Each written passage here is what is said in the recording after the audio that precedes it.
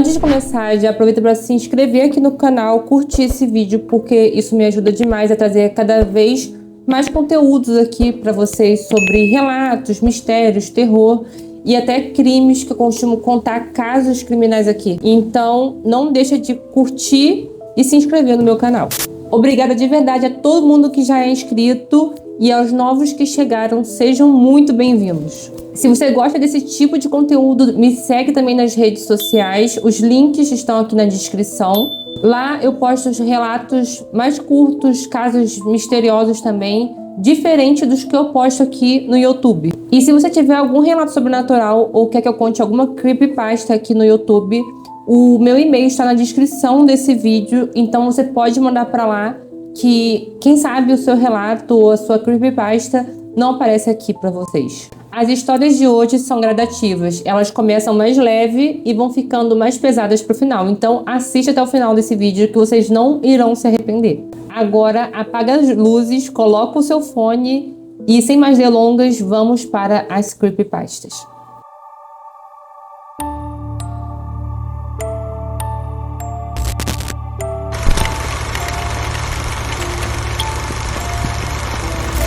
O Homem do Sorriso. Eu sempre fui o tipo de pessoa que gostava de caminhar à noite depois do trabalho, principalmente quando chegava tarde. Andar pelas ruas vazias me ajudava a colocar os pensamentos em ordem. Naquela noite específica, era por volta de 1 da manhã. As ruas estavam completamente desertas. Nenhum carro, nenhuma janela acesa e nenhum som, além dos meus próprios passos ecoando no asfalto. O ar estava frio, mas não o suficiente para incomodar. Era uma noite comum, tranquila demais, até que eu o vi. Ele estava do outro lado da rua, parado. E a primeira coisa que eu notei não foi a roupa, nem o rosto. Foi a postura. O corpo dele estava torto, não de forma dolorosa, mas errada, como se alguém estivesse tentando imitar um ser humano, sem nunca ter visto um de verdade. Ele começou a andar, e foi aí que meu estômago gelou. Os passos eram largos demais, exagerados, quase como uma dança mal ensaiada. Mas o pior era o sorriso. Um sorriso enorme, aberto demais, fixado no rosto, como se não fosse algo natural, mas sim colado ali. Não mostrava alegria, não mostrava raiva, não mostrava nada. Era só um sorriso. Eu tentei ignorar, continuei andando, fingindo que não tinha percebido, mas pelo canto do olho eu via ele atravessando a rua. Agora estava no mesmo lado que eu. A distância entre nós diminuía lentamente. Cada passo que ele dava parecia mais exagerado do que o anterior. O meu coração começou a acelerar. Calma, pensei. Provavelmente é só alguém estranho voltando de alguma festa. Mas então ele parou, de repente, no meio da calçada. E ficou ali, imóvel, com aquele mesmo sorriso. Impossível. Eu passei por ele, sem olhar diretamente, sem virar o rosto, mas eu sentia que ele estava me observando.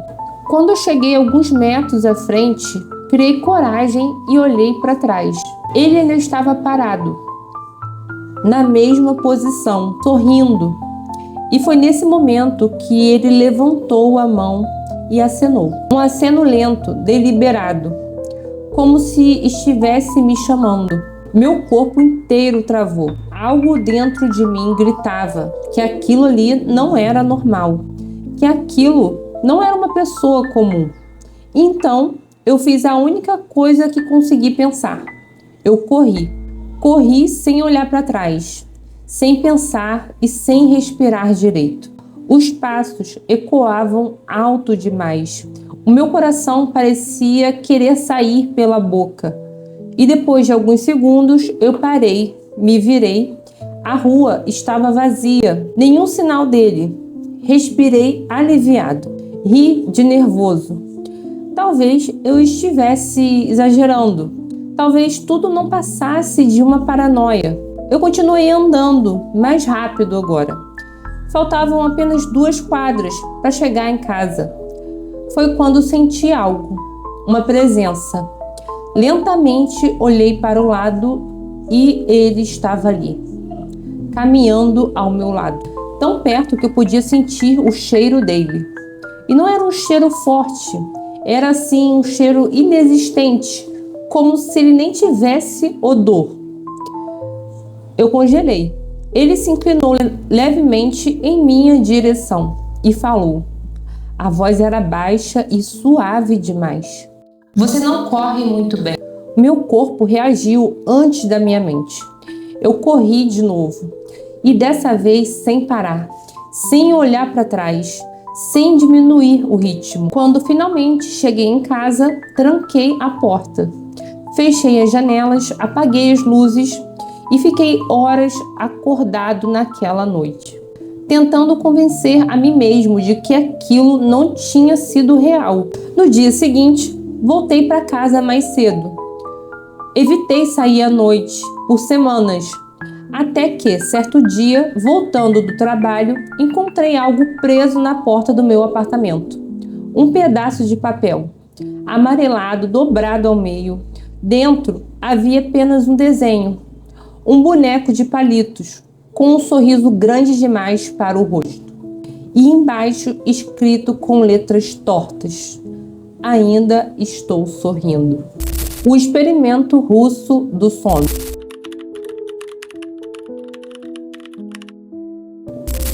No final da década de 1940, na antiga União Soviética, cientistas conduziram um experimento que nunca deveria ter existido. O objetivo era simples, ao menos no papel: descobrir quanto tempo um ser humano conseguiria ficar sem dormir. 5 prisioneiros políticos foram escolhidos, homens considerados descartáveis pelo governo. Em troca do experimento, receberam uma promessa: se permanecessem acordados por 30 dias, seriam libertados.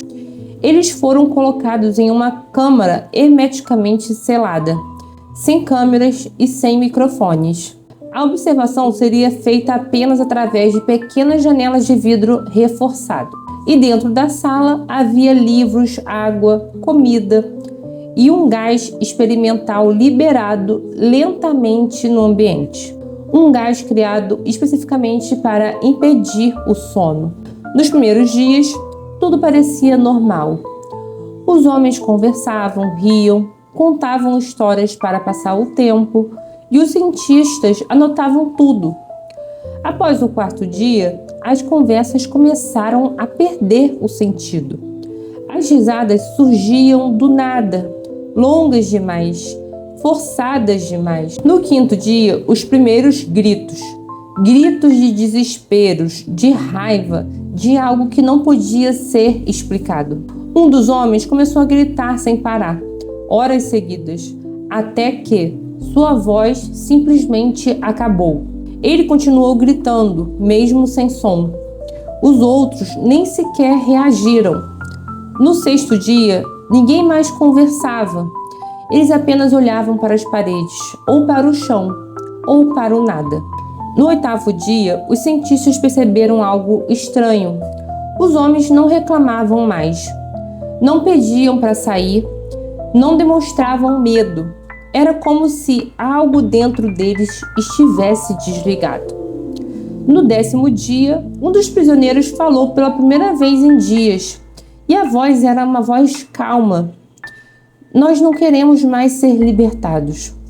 Os cientistas pensaram que fosse um efeito psicológico. Continuaram o experimento. No 15º dia, houve um silêncio total. Nenhum movimento, nenhum som.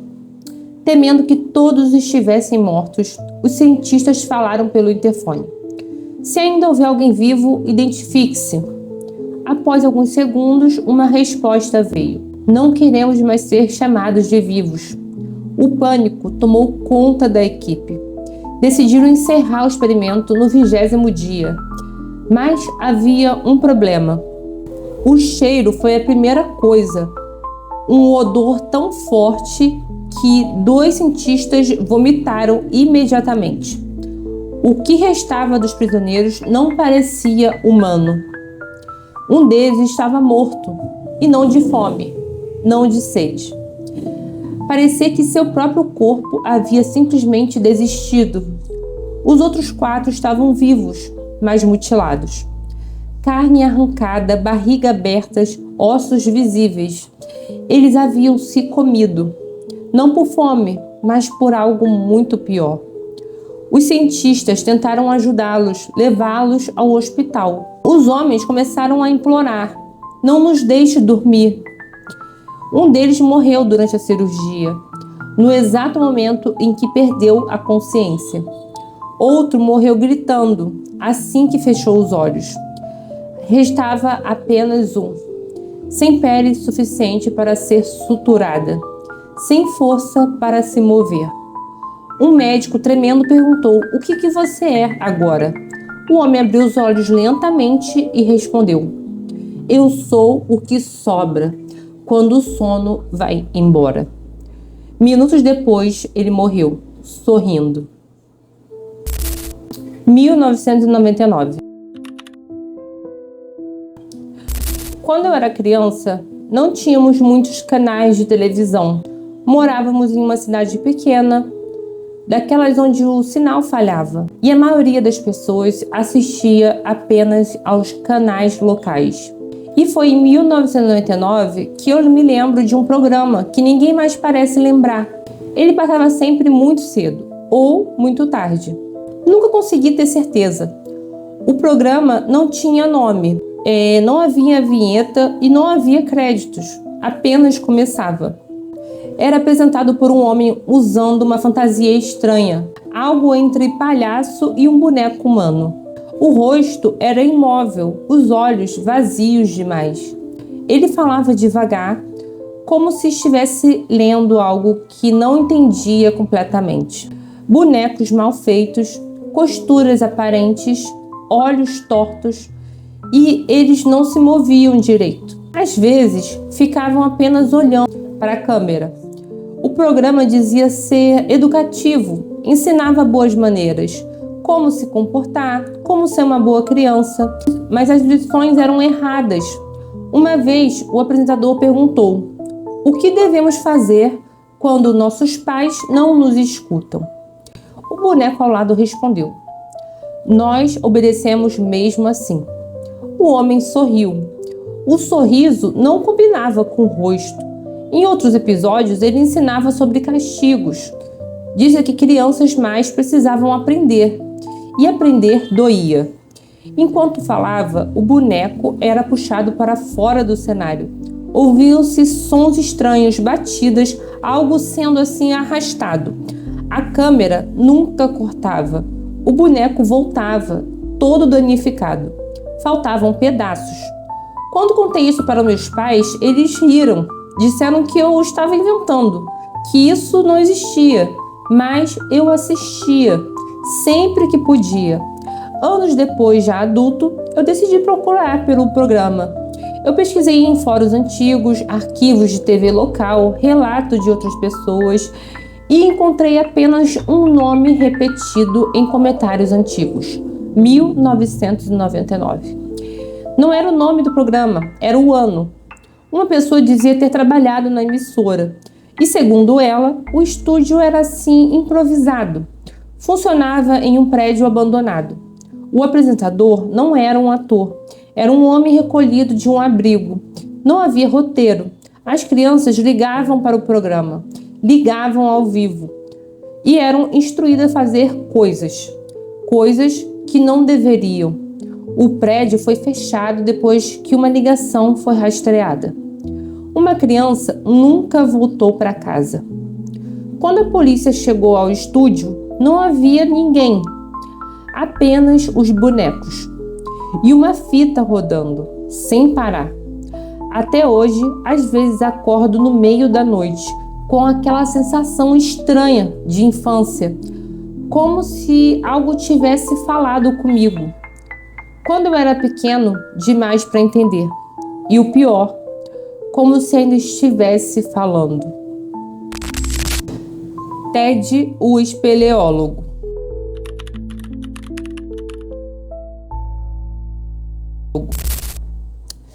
Sempre gostei de explorar cavernas.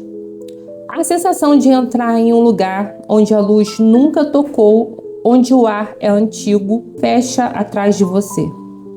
Meu nome é Ted, e essa é a última coisa que eu escrevi. Antes de tudo dar errado. Tudo começou quando um amigo encontrou uma pequena abertura em uma encosta rochosa. Nada impressionante. Apenas um buraco estreito, quase invisível. Mas havia algo estranho. O ar que saía dali não parecia ar de fora. Era pesado, denso, como se a caverna estivesse ainda respirando. Então, decidimos explorar. No começo, era apenas um incômodo. Passagens baixas, espaços apertados. Rastejávamos por longos minutos, sentindo a rocha pressionando o peito, as costas e os ombros. Mas então chegamos a um ponto diferente. Um túnel que não constava em nenhum mapa. Ele era estreito demais. Não era o natural. Parecia que a rocha tinha sido forçada para dentro. Eu sentia algo ali. Uma sensação ruim, como estar sendo observado por algo que não precisava de olhos. Mesmo assim, eu continuei. Cada metro avançado exigia-se esforço, respiração controlada, movimentos calculados, até que o espaço começou a diminuir. Não gradualmente, de repente, a caverna parecia se fechar ao meu redor. Eu tentei me mover para trás e não consegui. O pânico veio rápido. Meu peito não expandia direito. O capacete raspava na rocha. Meus braços estavam presos. Foi quando ouvi um som, baixo, vibrante, como se algo estivesse se movendo. Lá dentro, não atrás de mim, à frente. A lanterna começou a falhar. A luz piscava, revelando paredes cobertas por marcas estranhas, arranhões, muitos, como se algo tivesse tentado sair ou entrar. Eu consegui recuar alguns centímetros. Respirava rápido demais. Cada inspiração parecia roubar o pouco de ar que restava. Então, a pressão aumentou. Não só fisicamente, era como se a própria caverna não quisesse que eu saísse.